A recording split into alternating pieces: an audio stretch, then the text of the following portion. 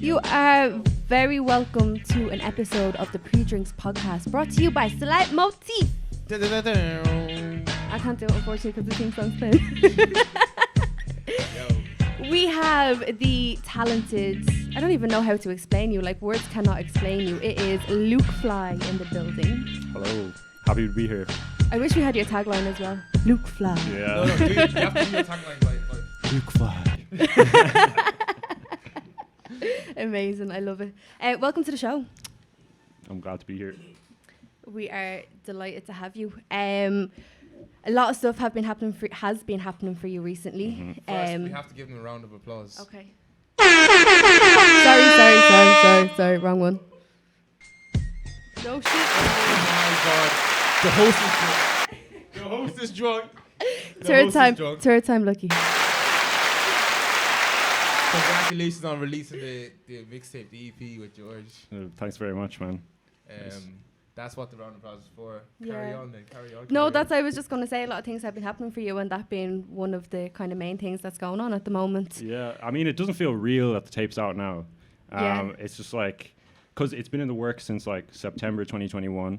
I approached George with like an idea to make a tape, and at the time it was just kind of a like let's just try this out. It wasn't even a serious idea, and then it's like 18 months since then, and it's here, and it just doesn't really feel real because it's been so drawn out, so many different stages. I've gone through like so many different stages in my own life that it's just like. Do you feel like it's a good reflection of where you are at now, or do you feel like it's something that you've worked on it so far in the past that like you're at a different stage, or you're just happy to be embracing it? Like, how do you feel like in regards to that? I'd say I'm at a different stage, but I don't know, because it's my first release as like a producer / artist as well. That's a bit surreal still then. Yeah, because it's like I've produced lots of tracks throughout my career, but this would be my first track or like first project with like my name on it, like you know, like it's my not face. in the background. It's George and LukeFly on every single track. Yeah.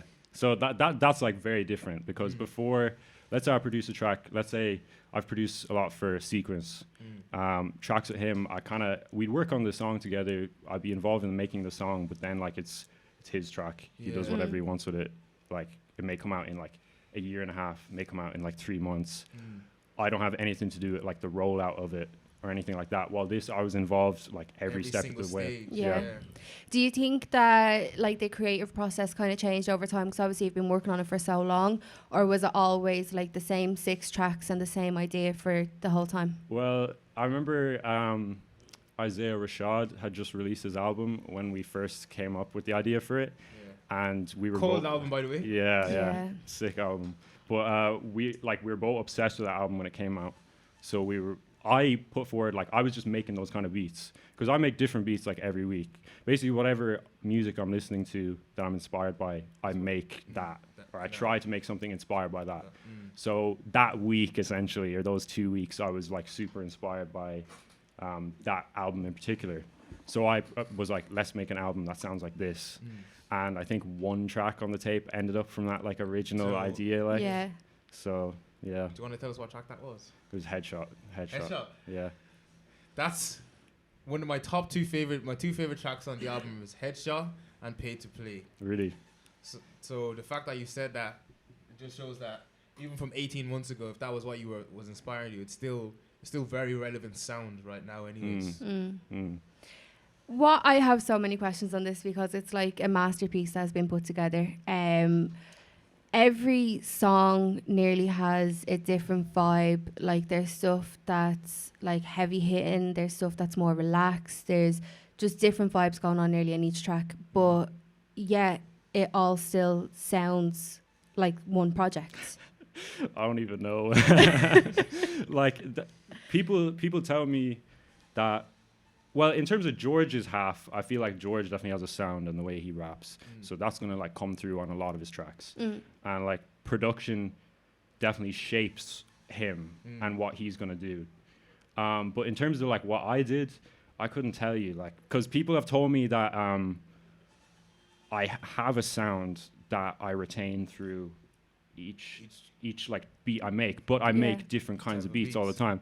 But like I don't know how I do that. That's just I guess Must it's be just the instrument you're using. yeah, or I guess But just like everything, naturally like some of the instrumentals are so different. Yeah. Like there, we see strings, we see like trumpets, we hear like different sounds. It's not like it's just the same kind of like typical 808s trap and stuff. beat or Yeah. typical this, that, the other. Like everything is different. yeah. It's mad. Like I actually don't know how to like explain it or comprehend it nearly, because it's nearly all so different, but it's all just like a piece of the puzzle. How would you say they like correspond? How would you say they still have like they still fit together? I think it's a sequencing of the whole project. I think like if you even if the songs have different themes, they still somehow like there's things that are said in the song that will relate to another song. So I think maybe it's kind of the content of what's being said on the different Yeah, tracks. I guess it's helping some of the stuff relate. But that's just from me. I haven't Yeah. listened to the project. I've listened to it a lot. So that's why That we went with a concept for obviously the tape's called Burning in Bliss. So I think the concept kind of was like pursuing a life of art and how like stressful it is, how difficult it is, how like financially kind of like draining. yeah, like just how you're on fire essentially, but like we're like chill with the fact that it's like there's all these kind of negative things that could happen, but we're still pursuing it anyway. Passion, yeah. So I think Jeorge, anyway, when he was writing his lyrics, had that like throughout the whole project. You know, There was a few bars that he had in about his granddad, and then how it was about him pursuing music because of that and stuff like that. And it was kind of like littered throughout the different. I don't know if it was one track, but there's one. I can't remember the exact song, but I remember hearing it and replaying that track, and I was just thinking. I heard it was just something that was very It's in prominent love. to me. Yeah, in love. Yeah. Yeah. In terms of like your production and like everyone everyone that produces beats and stuff, they always have like people that inspires them, Pharrell Williams and all or even like I don't know, newer people, Take Keith and all this kind of stuff. Who's it that you listen to that you were like, I love this guy's sound? Or even in the UK, I said American people, but who is it that you listen to? Or even in Ireland, who's it that you listen to? You're like, this guy is cold. okay. So originally, when I first got into production, it would have been like 2016, 2017. So like I would have been listening to a lot of like grime at that time. It would have been Skepta, like his whole His Konnichiwa production, album. His Konnichiwa production. is a cold album. Yeah. So that sound like got me in, and I'd say that probably still like influences me because that was like that's what I listened to when I was like 13, 14, 15, like really formative years. So like that would be kind of still ingrained in me now. Sound, yeah. But like I don't know, to like the last month I've just been listening to loads of like Skrillex, for instance. Skrillex. Yeah. He dropped a sick album like a week and a half ago, and like man, his production is just like. What is the vibe of the mental. album? Because Skrillex does something where he kind of goes hip hoppy and then he goes like dance. He goes like I feel like he blends like he goes. He's not one specific sound. He's normally Yeah. dubstep is kind of what is Originally, yeah. But that's like when people would think of him, that would be like the main sound. But when that he has a track with like Justin Bieber. Yeah. That's like yeah, but and that's Don the Toliver. thing. Yeah. that is like a hip hop. That sounds like a hip hop tune or Yeah. something. But what he did Yeah. is he dropped 2 albums in 2 days, and one of them was EDM. But like when I'm talking about EDM, that's very broad because like when it comes to EDM, that album's on like the cutting edge. Like it's so different. It's like when Drake dropped his house album. Yeah. It's still a rap album, bro. Yeah. I don't know. Like but then the second album he dropped was like kind of hyperpop, hip hop kind of vibes. Even like I think he had reggaeton on there as well. What? Yeah. Skrillex is doing reggaeton. But it's not surprising from my perspective. Skrillex, bro. As a producer, it's not surprising because like if you've been making music as a producer, like the like I don't know the way when you sit down on your laptop every day, it's like playing a video game, especially on like the like DAWs. Like it's just genres just become meaningless after a while because you're just putting sounds in and getting like cool sounds, and after a while you just start listening to more and more music. So that it expands your palette. Then Yeah.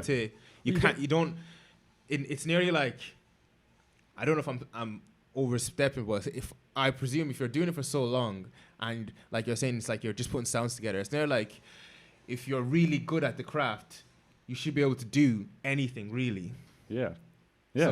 So that's what I imagine like a sick producer to be. Like if you only are able to make the one type of sound, are you really that good of a producer? Yeah. Shots fired, but I don't know. Jeez. I mean, when I first started off like making beats, though, I was just a drill producer, and like that's so crazy to me now because like I barely even listen to drill anymore. Yeah. But it's mad because like that when I was saying when people think of Skrillex, they think of dubstep. When people think of LukeFly, they think of drill. Yeah, I want to And change now that. they're watching you step out into like a whole new bracket, and it's like, whoa, what's going on here? Yeah. Well, that's what I'm trying to do. Like, I mean, I think you've really done that with this project, anyways. yeah. Hopefully, it gets enough people traction. can see it. So, but yeah. I mean, I'm just. It's not even like I even stopped producing drill. I still make drill beats all the time, but I just do so much more now that it's like, and I find drill kind of production-wise boring. Like, It's the friend of same mine thing said over that, and like, over it's- again. yeah, Yeah. He said that the production for drill, once you master it, it's a simple recipe. yeah. It's a real simple. I'm not trying to shit on no drill M1 on the beat. I'm not trying to shit on no drill producers, but like apparently like it. I'm not even a producer, but I have a friend, one of my really good mates. He's like a producer, and he said that when he was able to do it, he found it like he could do it like in his sleep. He could make a drill beat really really quickly. Yeah. But when it comes to it, like putting sounds and different like instruments together for like a hip hop beat and then also producing it where there's interludes and stuff like that, that's a more complicated process. Definitely. I mean, yeah, drill kind of becomes, or you can let it become formulaic. You know, especially when you're making the same stuff every day, you can find yourself like getting into ruts without even realizing. And I think that's why that like whole kind of jazz drill kind of wave took off as well, Yeah. because it was like people who had moved out of that formula and like people just got obsessed with it straight away. You know. It's like combining different sound. It's like expanding. It's the evolution of drill is what that would be. Yeah. But in terms of like just the scene in Ireland, I know you've had this project, but like, is there anyone else that you really like you'd like to work with? Go on, spit out a few names of people that you'd like that you're like thinking. I like to work with Hair Squad. I mean, I know Tony already, so maybe that'll happen. But Jafaris, I have a few demos with him actually. I don't know. See, I'm struggling to think of names right now. Can we get? If you have demos, do we have anything that we can play on as a little snippet? No, I can't play anything. Snippet, no. I can't play anything. Not on camera anyway. Okay. Okay, we'll get a little sneak preview A little after. sneak peek. Yeah. Who else? Scripta, but I'm working on a track with him as well. You're working with Scripta? Yeah, it's a garage So track as you're well. here like saying, oh, these are the people I want to work with, but you've already ticked them off. Yeah, that's what I was You're working thinking. I was just already. like, I don't know. No, No, Scripta. Scripta. I wish though. That'd You be wish crazy. Skepta. Yeah. If there was anyone outside of the UK, Ireland, in the UK that you want to work with, who? I mean, Skepta. The UK right now. I got obsessed with. Is it Saint? Is that how you say his name? With an E? He came to Dublin. Yeah. Yeah. I missed that. I didn't know I was too broke. So I heard Travis and Els were there. They opened up for they them. opened. Yeah. And apparently they shelled it. They absolutely shelled it. So Yeah. I missed that show as well, man. You know when you see videos of a show and you're like, why did I not go to Yeah, this thing? I man? know. Yeah. Always missing out. Actually, going back, Cello. That's one artist I haven't worked with. I don't have a finished song with Cello. You don't have a finished song with Cello. I don't have a finished song. Have so- you got some definitely make that demos? happen. I mean, we were in the Producer studio bounce? back in like 2021, but we didn't. Yeah. We didn't. There's no song came of it. So Well, maybe that's something to put on the list for future. yeah. Coming into Burning in Bliss, did you find it hard? Well, not find it hard, but like, how did you adapt to the sense of being a collaborator as opposed to, okay, well, I'm just Sitting making the back, beat yeah. or I'm just mixing for you or whatever? I felt more like able to make, and maybe this is a fault with me, is I felt in that environment I felt more able to like point out, hey, maybe try this, maybe try that. And I feel like what I should be trying to do is not just when my like name is on the tape. As a producer, it's kind should of more my always be job doing to that just more. like, you know. Yeah. Yeah, that's one thing though. I feel like the tape has given me like serious confidence in producing because I've like I've literally executively produced the whole tape. So like, How does that feel? Did you just say that again? Executive. give him one of those things. Give him one of those things. well, executive LukeFly, executive producer. I mean, it feels weird because I made 6 beats. I mean, I just did like the same process that I do with like a lot of artists, just did it 6 times over. And then now I have a tape that I can say I executively produced. So I don't know. Bro, like, you should be gassed, bro. Yeah. It's not. It's people. I'm gonna say it again. Me and Stella had this conversation a while ago, and it was like putting a project together, putting songs together, and then releasing it in Ireland here. Some people are putting out stuff that are not good. There's some people putting out stuff that are good, but it's like when you put out stuff that is good quality work, it's hard to do that. It's extremely hard to do that. So pat yourself on the back, man. Yeah, And like, thank you, man. yeah, I guess Appreciate 6. it. That's 6 stuff, man. Yeah. Was the process of this, because you know the way sometimes like you make a beat, you'd send it to a rapper, they'd put their vocals over. Was this kind of more, okay, well I have this beat and you have these lyrics and now we need to find a way to make it work? Or was it still much the sense of, I have a beat and you need to find the right lyrics for it? I think it was mainly that for the whole tape. I'm trying to think, did he rewrite? There was sections where we got Jeorge to rewrite, but it was mainly like Jeorge is the easiest artist to work with because he just writes like crazy. Like I'll just send him anything that I think sounds good, and there'll be a song to it in like 2 days. So like he's like a machine. So it was just like give him beats, and then we'll get the catalog like there quickly. It was mainly just like decision, like once we had the recordings, it was like maybe change this, maybe change that, like subtle things, but like it was so easy to do, to be honest. Yeah. Cutting songs, that was kind of. Did you master it yourself, or was that someone else done that? So it was mixed by Noisy House, which is Lilo Blues, Yeah. and then another guy called Kean mixed 2 tracks on it, and then I just mastered it myself. Okay. So yeah.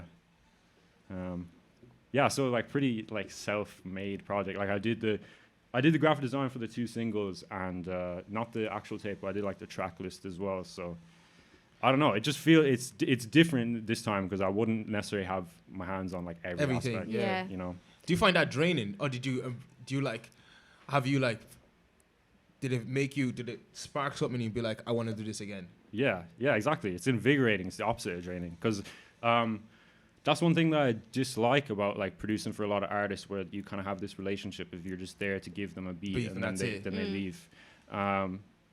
It's like the way, I know DJ Khaled doesn't actually produce any beats, but he actually puts people together, and like he doesn't make the beat, but he produces a track. He's still a producer because he says this rapper goes on this beat, and Because he says no, you know, you guys.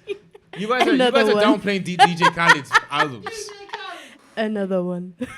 He doesn't make the beat, but he tells Lil Baby, you're gonna go on this beat with this producer, and this is the vibe Is that of the not more track. management though?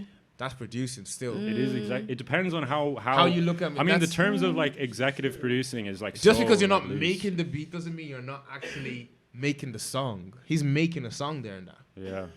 Can't argue. So no, the point I was trying to make is like what you did there, what you started doing is essentially like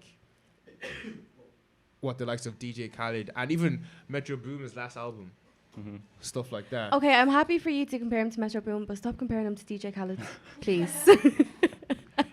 DJ Khaled's album with He God. used to make beats though. God and they're did. good as God well. did. Used to. God did one. Yeah. God did not win Exactly. a They'll be you in a few years. You'll just be going, LukeFly. DJ Khaled has a Grammy. You won't even be doing anything. You'll just be putting your tagline. Another fly. Another fly. Never, Yeah. No, but talk to us about Oh, the Midnight Club. the Midnight Club. Yeah, because I Okay, seen literally this has come out of nowhere. Next of all, there's support in Jeorge II on his headline show that's on the 30th of March. P.S. Get your tickets.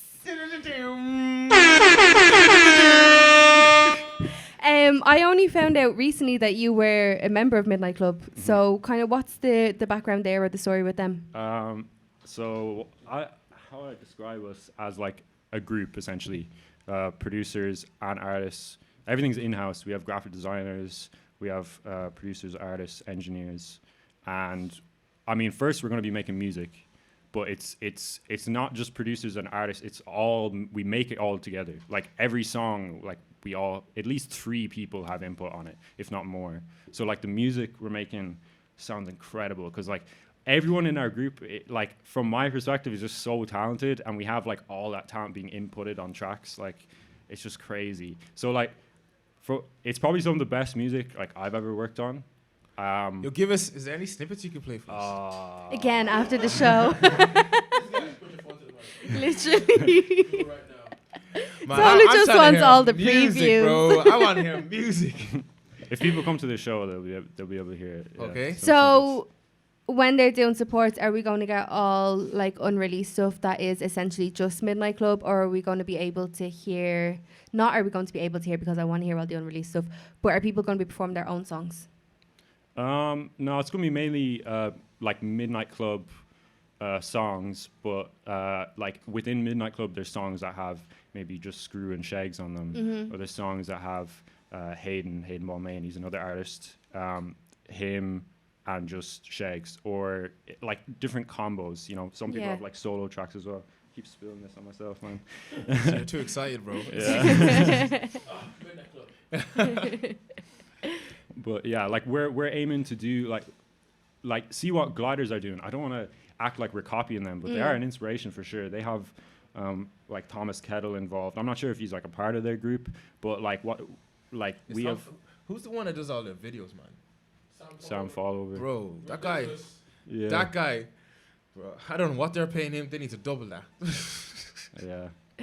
But like with Midnight Club, like similar stuff. Like we're trying to keep everything in house, and like we're in charge of like our branding, the way our logo looks, the way our videos are gonna look, the way we're gonna. It's not just the music. We're gonna create like a whole it's a movement. It's gonna be an entity. experience, You know what I yeah. mean? Yeah, experience like, Like visually, the ASAP Mob. audio. Yeah. It'd be like the cozy tapes. Whatever we drop, it'll be kind of like set up like that. I'm not gonna say it's gonna sound like that. But Okay. You know what I mean?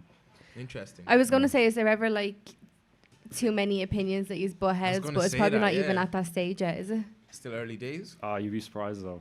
Okay. Scraps in the studio. Can you please tell us about who won? Who won the scrap? But like you can Oh, understand, like there's so many different. Who's the leader? There's no leader. Every group has a leader. No, we had to reform. We were under a different name, and then we actually had a reform where we changed our name so that there was no leader, and then it was like basically someone came up with the previous idea, so it was their project, and then it kind of became a thing of we're all under it. Yeah. And then we thought it would just be better to change the name and have it so like everyone's on an equal plane and we all like are invested in this equally. You know what I mean? Okay. So there actually is no leader. There's definitely people who are like more invested in certain parts than others. It's interesting seeing how like the dynamic plays out, right? But in the end of the day, like it kind of works. It's you still know? early days, but Yeah. But that's the thing, because when I seen the list of the names of people who are like attached to it, I was kind of like, oh yeah, this is a really interesting list. And then I'm kind of like, how are some of these going to kind of work But together? they Or also, how's like, this person's sound going head to fit this artists, person's lead- sound? oh yeah. But it's a lot of headstrong characters Characters, as yeah. well. So it's kind of like, I'm really looking forward to seeing how it all kind of gels together and how everyone like kind of works together and stuff, do you know? Yeah. I mean, it's gonna be interesting. Like the songs are coming out are like very different. Like I was gonna ask. You just said your songs are very different. yeah. If songs are very different, does that affect the branding? Like, imagine if Lil Baby did a trap tune and then too early in his career he did like a like a boom bap type of rap. It Yeah. would his audience might not like. Are you saying like doing like a more alternative thing instead of like building a fan base with mainstream sound? Yeah, so no, not building mainstream sound, but having one particular sound. Yeah. And then building your audience. And once you have the audience, then like branching out. So if everyone is doing different sounds, how do you feel you could manage like the growth? Like, No, we definitely have a sound though. oh, you have because it. Okay. We have a sound. It's just different. Do you get what I mean? Because we have five producers. Oh, wow. Yeah. And you guys all kind of have decided you're all going to be working on a similar type of sound kind of thing. Yeah. Some tracks are kind of solo produced, Other ones would be a collab of like 2 or 3 guys. So like all our sounds kind of like show out in the final product. And again, it's up to the artist like to decide like, okay, we'll make a song with this beat. So like there is definitely a sound that we have. It just kind of like comes out, you know, naturally. I actually can't wait to hear. Yeah, I can't wait to hear the Are first we tune, going to bro. get a track before The 30th. the 30th? I can't say that. Oh my days. Are we okay? Are we going to get a track before we get to see them perform, or is the performance just going to be the first hit? Like, we don't have a lot of time left before the performance. Yeah, exactly. So I'd say it's just going to be the performance. That we had thoughts about maybe doing that, but I'm not sure at this point. So probably. Well, I after- suppose create the hype. No, There's no. no. They're just there. Well, not as far as I know. Yeah, no, there's support. They're just supporting. Okay, Yeah, okay. yeah. Yeah, no, I'm really excited to kind of hear and see what's going to come from them, because it is a really unique group of people. Yeah. And then, as you say, you've got 5 producers which all bring different sounds. I've noticed a lot in your recent tracks you've brought an element of like live instruments essentially, or the sounding of live instruments. Yeah. You don't really hear that a lot in kind of current music that's been made in Ireland. Like, where did that, or how did that kind of spark in you? I don't know. I think it's just the music I like to listen to. I don't know. I never made like a conscious decision. That would just be like samples I'm using. I guess samples I gravitate towards, and I make my own melodies as well. And I just kind of don't know. I like pianos. I like Can you bass play piano? guitars. I played piano when I was a kid, Okay. and then I stopped because my teacher basically wasn't happy with me. So Tell this story, please. well, I had a teacher. It's kind of sad actually. I had a teacher who. Is this childhood trauma? No, I wouldn't say so. No. But I had a teacher who like thought I was. She like really, how do you say, saw something in me musically and really like fed that. You know what I mean? And like really pushed me. But I would say like when it comes to like anything like academic, like even like the academic side of piano, like I don't know, I'm not good at that. Yeah. I learn in like a different way. And then she moved, and then I got another teacher, and basically she was just like, "Yeah, you're shit at piano. You need to like learn all your scales and this." And I was like, "No, this isn't fun that's anymore." not So it. then I left, but I still have the basic skills that like I now like I'm You still learning on. use, Yeah. yeah. So So so because of that kind of helps you like building melodies and progressions and stuff like that. yeah, definitely. I mean, the basic knowledge, and like I've learned so much just through like making beats for the last few years. So. Yeah, but it's mad, because I remember doing music in school, and like that it was all having to know like the theory, or having to know like the basics and this, that, the other, and learn your scales and blah, blah, blah. But once you go to college, they don't give a shit. Yeah. They're like, just make a beat there and off you go. And I'm like, okay, cool, let's just throw all this together and that sounds okay, that's cool. Yeah. Like... It's weird. Like the academic side of music is so strange because it just doesn't correlate into the real world unless you're like being like a classical musician. If you're classical, in certain Yeah. industries, in certain But types that's of the music, thing, like if yeah. you're classical, or you're going to be out playing like with the orchestra and this, that, the other, like, Then you okay, need fair to enough, be you able to, need yeah. understandings, but like for anyone else, why do I need to know every single scale Yeah. on every single And it's instrument? weird because like I feel like it turns so many people away from learning music. Like because like people want to make music because when you're a kid you're listening to the radio and you hear like your favorite Yeah. artist. And then you try and get into piano instead of like I find it weird that the way it's set up is based around grades and stuff, because instead of like cultivating people's interests and like, okay, let's try and learn You a need to song get by to this level artist. 1. Yeah. Yeah. Grade 8. When you get to grade 8, then you're like, oh, I'm the best now. I'm Yeah. a grade 8 piano student or whatever. Like, yeah. And that like good for those people, but everyone else is like. Some people wait. might not reach the grade 8 and they could still be really, really good. Like, they Yeah. could still sick, yeah. But then you have a lot of kids feeling like they're not shit good because when they they're haven't actually actually- when they But I actually think that have a just brings serious in- talent. Yeah, I think that just brings it back to the general shitness of the skill system anyway. Yeah. When that teacher came in and kind of was like, you're shit, and obviously I'm Oh, shit, assuming... man. Why are you bringing that up again? Because I want to bring it... I'm bringing it back. I'm bringing it back. Just You're wait. not shit, man. No, You're good. just wait.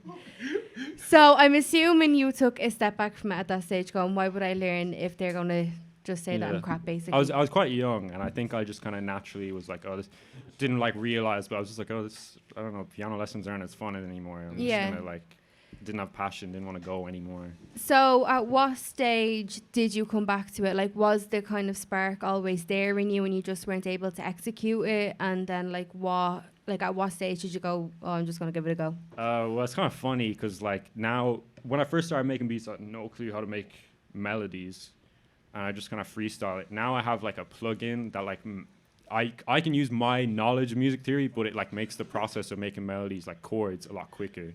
So I kind of just like finesse it in that way. Yeah. And then I can make other melodies in different ways. Yeah. What was the question actually? Was there a long gap between like your teacher saying, no, you're not it, and you kind of just stepping away from it? And then what was the reason for you to come back into it? There's probably a bit of a gap, I'd say. Maybe a few years, and then like 4, 5, 6 years, and then when I got into secondary school, I decided to take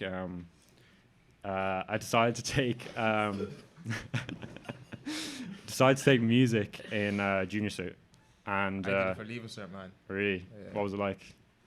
You only picked up for leaving cert? Man, I Wild. I know. I thought it was. I loved it.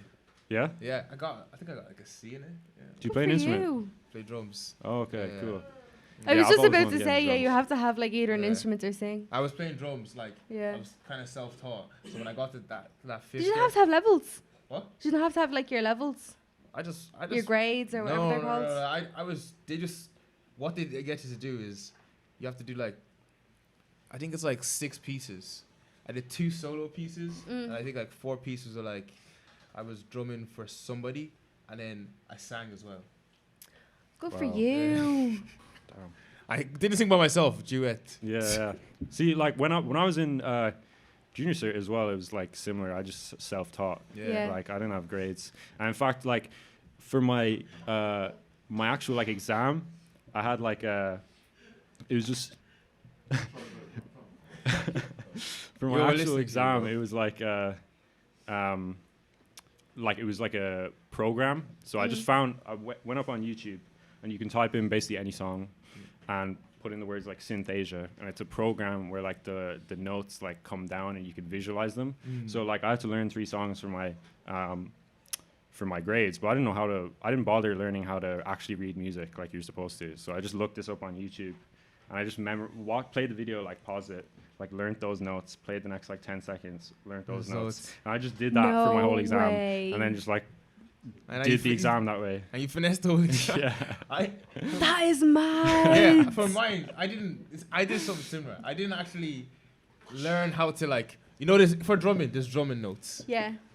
I just listened to the song. I'm like, so I did like a jazz piece, and like then I did like a popular. What was the song I did? It was a Coldplay song. It was some Coldplay song or something like that. So I just listened to the whole song. You hear the beat, and then And you just drum roll it. to Yeah, it. you just drum That it. is mad. I find that mad. But I'm more of a Notes. I'm more of a notes. Like I can. Like I don't need to I would read the notes, but I also don't need to read them because maybe I'm not. Because I could hear something you can be like, and I this is can this, tune into it this is straight this, away. But then again, I didn't play instrument for my junior cert or leaving cert. I sang for both. You sang. Yeah. And would you say you're more like when you listen to music, do you hear the beat Drums. and the drums more than the melody? I hear the beat, the drums. I definitely would be first thing I'm listening to is the melodies, but I also listen to the lyrics a lot. Yeah.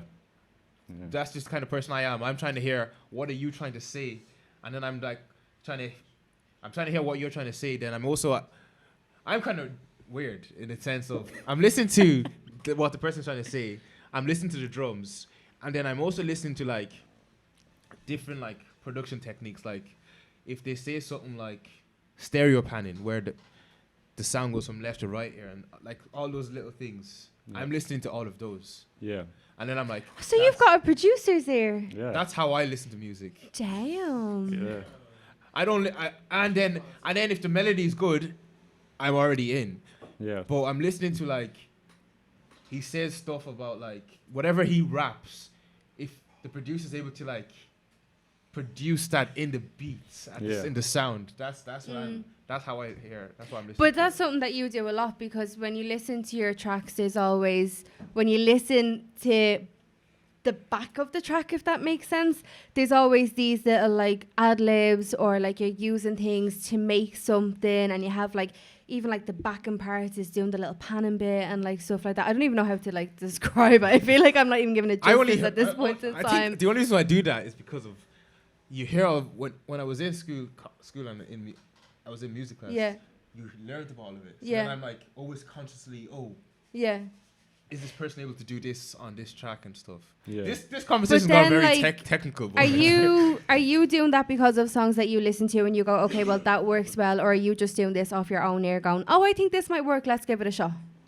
Probably a bit of both. I Yeah. mean, I'm in terms of like the beat, like I think a lot of producers go through this in the beginning where you overproduce, like you're not thinking of like what if an artist hops on this. You're just like you add a sound, you're like that's hard, and you just want to keep it because it sounds hard, but you don't realize it's probably getting in the way of making it a good song.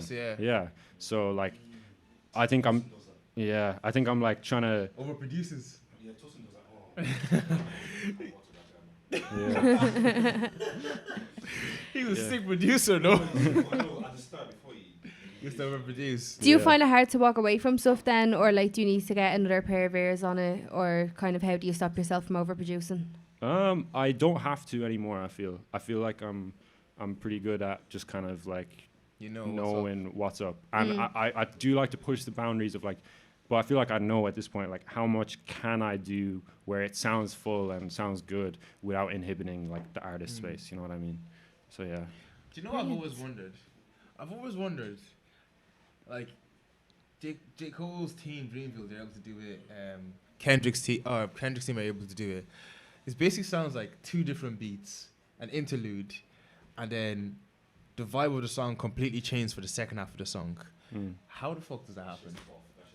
Like, how can like in what's that track? I think I was just listening to recently. Drake and Travis Scott on Sicko Mode. Where halfway through the song, it just changes, and it sounds like a completely different. How does a producer even do that? How do you decide that? I think it was in that song it's two different producers. So like a lot of that time that's literally just like people made two songs and maybe they had the idea of like let's join them or like let's have them linked. But then like the problem is like how do you connect them, and then that's where the transition How comes. do people do that? Yeah. You just figure it out. Like, I really want to know how do you do that? But I think that must be like, as you say, it's two different producers, because as one producer to do that, I'd say it's so hard to separate one There's from definitely the other. producers that I wouldn't say so. I'd say it's easier if it's the one producer, because if I was making a beat and I made another beat, I know those beats inside and out. And But I kind of know. now, in that sense, when you've made two separate and you know them inside and out and you compare the two of them together. Yeah. But if you're just sitting down with one track and knowing that you have to make a beat switch, I feel like it'd be hard to detach from the first one. Oh yeah. But like that, if you have two separate ones and someone comes to you and says, okay, I want to do this thing where we have like a whole beat switch up, and you go, oh yeah, great, have two beats here for you. Yeah. Have you ever done that? Have you ever successfully done that? Done a beat switch like in a track? Yeah. I mean, like two separate beats. I don't think. Well, there's a track that I'm working on right now that has a sick beat switch. Ooh. But that I didn't. Wait. Can we get a sneak peek? Nah, it's a midnight club. This is the third time I've asked for a sneak peek. He said no. After the show. Nah, I can't, man. There's too many people involved that I'd have to like clear that pass first. So. But you'll play it when we stop recording, won't you? Yeah. So, it's a midnight club track actually. It has a beat switch. Ooh. I actually have an idea of something that I was thinking like. Oh, I'll tell you after. Don't worry. Okay. We'll talk business after. Okay. I think we're about that time where we need to just stop this so we can play the thing, yeah. So Luke, obviously you have the project that everyone needs to go listen to. Yep. Will we catch you DJing maybe with Midnight Club on the 30th? I'll be around. I'll be there. He'll be around. So in other words, people go get your tickets. I'm trying to learn, man. Small bit. Do you have anything else that you want to shout or anything else that is coming up that you can mention, or is it just vibe to whatever's out there at the moment? I mean, vibe to whatever is out there, but also like keep an eye out for Midnight Club as well. Yeah. Amazing. Before you go, 3 artists that you want to work with. We've this had year. this. You said Cello already. 2 more.